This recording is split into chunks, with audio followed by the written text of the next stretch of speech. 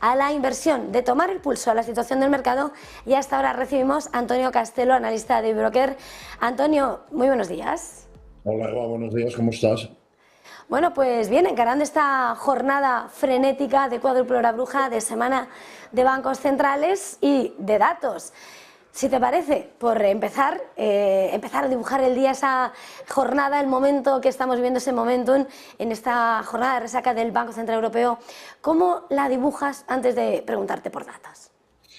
Bueno, pues la verdad es que esperábamos que los mensajes del Banco Central Europeo y del Banco de Inglaterra reforzaran el de Powell del día anterior, muy beligerantes en todos los casos contra la inflación.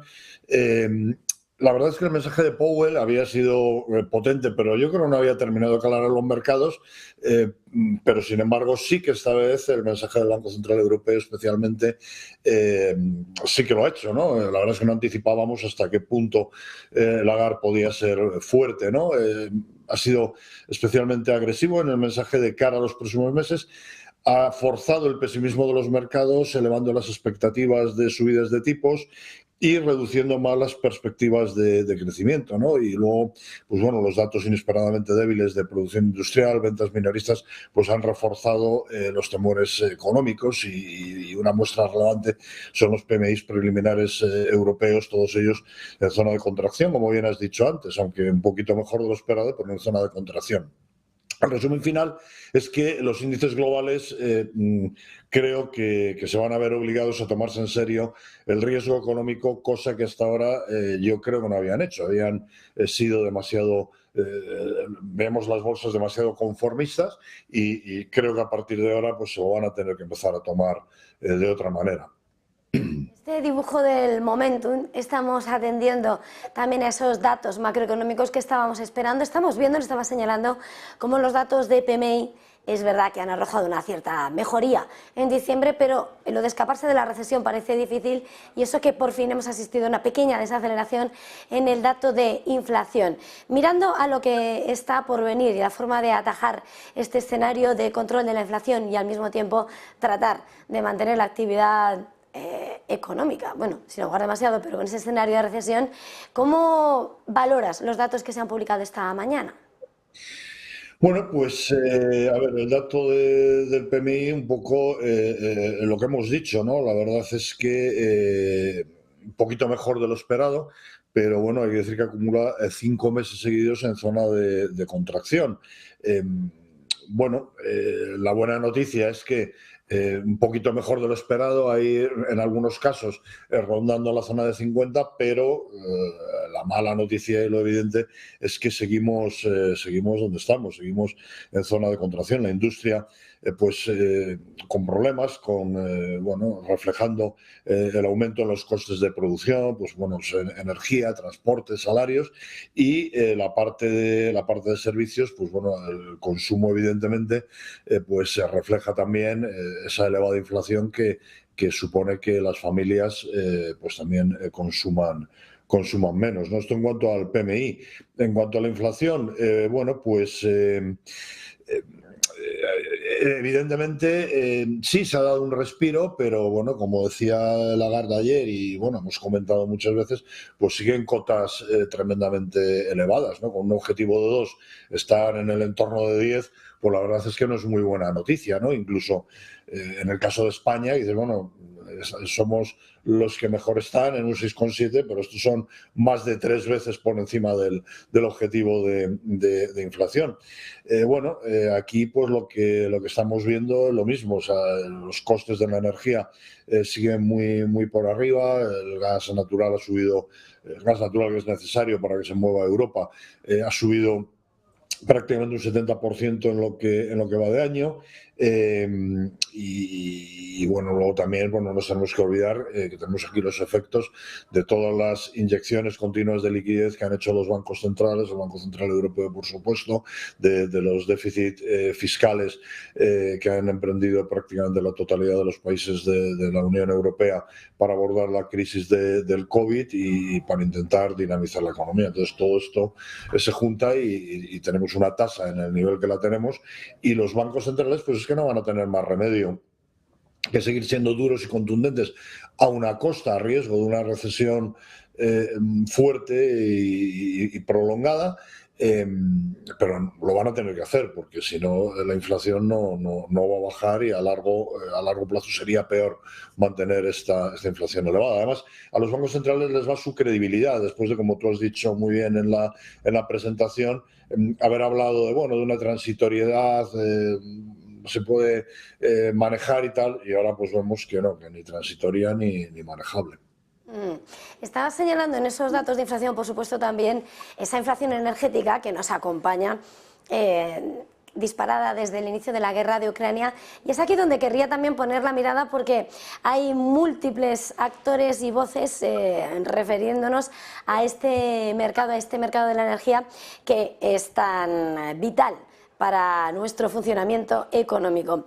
Estamos asistiendo, por una parte, a lo que está siendo esa inflación energética y lo que es la previsión de lo que es la entrada en funcionamiento a mayor o menor gas de China. Hemos visto esta mañana, de hecho, a la propia OPEP cómo ha lanzado sus previsiones sobre el crecimiento del consumo de China. Dice, prevé que el crecimiento de la demanda china de petróleo se recupere el año que viene en casi 1 millón de barriles diarios, tras una contracción en 2022, en un contexto en el que evidentemente también hace balance como este año se va a registrar un récord en la demanda consumo de carbón, y eso que es un momento de transición energética, pero la situación es la que es y los engranajes de nuestra economía quieren funcionar. En ese contexto quería preguntarte por esas previsiones que de alguna manera en el mercado energético tienen a China como uno de los grandes catalizadores a la hora de cuál va a ser el funcionamiento del mercado, esos precios del petróleo de ese gran consumidor que es la segunda economía del mundo. Pues vamos a ver, durante el año 2022 el precio del petróleo ha estado impulsado en una primera parte por la expectativa de reapertura de la economía después de la crisis del COVID. Luego hemos tenido las consecuencias de la invasión de Rusia a Ucrania. En los últimos tiempos sí que se ha manejado la expectativa de una importante desaceleración económica. Hemos visto pues, el caso que tú decías de China. Se estimaba que la demanda de petróleo de China podría haberse reducido con sus medidas anti-COVID en el torno a un 30-40%. Y esto había venido favoreciendo la relajación de los precios del Brent, ¿no? Luego también la política ha estado detrás de todo esto. Los Estados Unidos han estado tratando de convencer, achuchando, si me permites el término coloquial, a algunos países de la OPEP, a aquellos a los que puede de alguna manera influir para que incrementen la producción de petróleo, pero bueno, por unas o por otras no lo ha conseguido, ¿no? Y la OPEP, pues bueno, además ha mantenido su alianza con Rusia y ha mantenido su política de reducción de producción, ajustándose a la demanda y tratando de sostener los precios. La última reunión el pasado fin de semana mantuvo los objetivos marcados de producción que acordaron, recuerdas, en octubre, reducirla en un 2% de la demanda mundial, y que esto dijeron que lo iban a mantener hasta octubre del 2023, aunque lo irían revisando periódicamente. Hay que ver ahora el efecto que puede tener el tope de precio del petróleo ruso en $60 barril, y habrá que ver también cómo funciona los límites, digamos, de importar petróleo ruso por parte de la Unión Europea en barco, ¿no? La próxima reunión ordinaria de la OPEP está prevista para principios de febrero del próximo año, pero bueno, ya he advertido que podría reunirse antes si se producen desajustes en el mercado, ¿no? Y yo creo que, en mi opinión, los precios no los van a dejar caer mucho. Yo sigo manteniendo la idea de que el petróleo se va a mover, aunque lo veamos en algunos momentos por debajo, en algunos momentos puntualmente por encima, en una banda entre 80 y $100 barril, que es donde yo creo que los países productores están conformes, ¿no? Y en cuanto a lo que decías de China, pues efectivamente, un 30-40% de reducción en este año, en el momento que China no tenga más remedio, porque el gobierno lo va a tener que hacer así, de seguir apoyando su economía que se va a ver muy influida negativamente por la crisis a nivel global y la crisis que les ha creado a ellos, esta falta de crecimiento, pues se va a demandar más petróleo y va a ser un poco más, añadir más leña al fuego para que esté ahí. En cuanto al tema del carbón, pues es que también aquí podemos hablar de más cosas, Eva. A mí me parece fantástico todas las políticas estas de reducción de emisiones de gases contaminantes, sabemos que quiere ello, etcétera. Pero yo creo que se han puesto los objetivos sin ver realmente cómo se podía manejar todo esto antes de tiempo. Y nos hemos encontrado con que los principales países productores de petróleo no han hecho inversiones. Ellos sabían que, bueno, pues si al petróleo el mundo occidental le había puesto fecha de caducidad, ¿para qué vamos a invertir más? No se ha invertido y ahora todo eso se está pagando. Es muy complicado que los países productores, aunque quisieran, aumentaran la producción. Por eso, de alguna manera, el riesgo, el miedo de que el crudo se mantenga elevado en ese nivel que te digo, entre 80 y 100, y esto, pues evidentemente, va a seguir siendo perjudicial para el crecimiento económico y, por supuesto, para la inflación. Va a mantener, aunque no tengamos incrementos de precio porque ya estemos funcionando con una base más elevada, pero el petróleo se va a mantener alto y esto para las empresas pues es malo porque evidentemente los costes de producción, bueno, para las empresas y para todo el mundo y para los particulares, los costes aumentan mucho. Antonio, antes de despedirnos, querría, a tenor de este asunto tan amplio que hemos tocado también, pero mirando ya al mercado, por tanto, ¿cuál es la situación que ves para esas energéticas, para esas petroleras? Pues mira, vamos a ver, teniendo en cuenta esto que te he dicho, yo creo que se van a mantener. Ya sabemos que el petróleo es un negocio que es muy cíclico, sabemos que efectivamente ahora mismo pues podemos estar a las puertas, sino ya dentro de un periodo recesivo para la economía global, pero por lo que decíamos antes, yo veo muy difícil que el precio del petróleo baje. Y si el precio del petróleo no baja, pues esto les va a seguir viniendo bien a las empresas petroleras. A nivel global, pues bueno, basta ver los índices sectoriales tanto en Estados Unidos como en Europa. Realmente el único sector que ha ganado, que ha cubierto sobre expectativas, es el sector energético.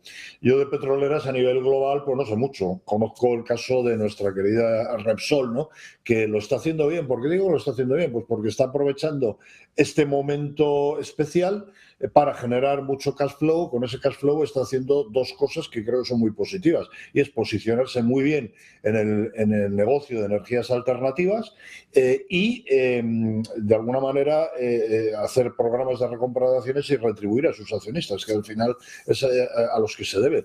Y yo sigo pensando que bueno, pues que Repsol se va a seguir manteniendo bastante bien de precio. Los analistas ahora mismo, consensos de mercado, le están dando un precio objetivo que de alguna manera bueno, pues supone sobre la cotización actual un descuento en torno al 24%. Le están dando un precio objetivo en torno a 17,60 euros por acción y bueno, y este precio pues viene subiendo en los últimos tiempos. Por lo tanto, yo creo que es interesante seguir manteniendo parte de la cartera invertida en este tipo de compañías. Pues muchísimas gracias una vez más, ha sido un placer, Antonio Castelo, analista de eBroker. Un placer, feliz jornada, negocio, fin de semana y feliz Navidad. Igualmente para ti, Eva, encantado de estar contigo otra vez y nada, un abrazo muy fuerte para ti y para todo el equipo. De tu parte. Y nosotros, antes de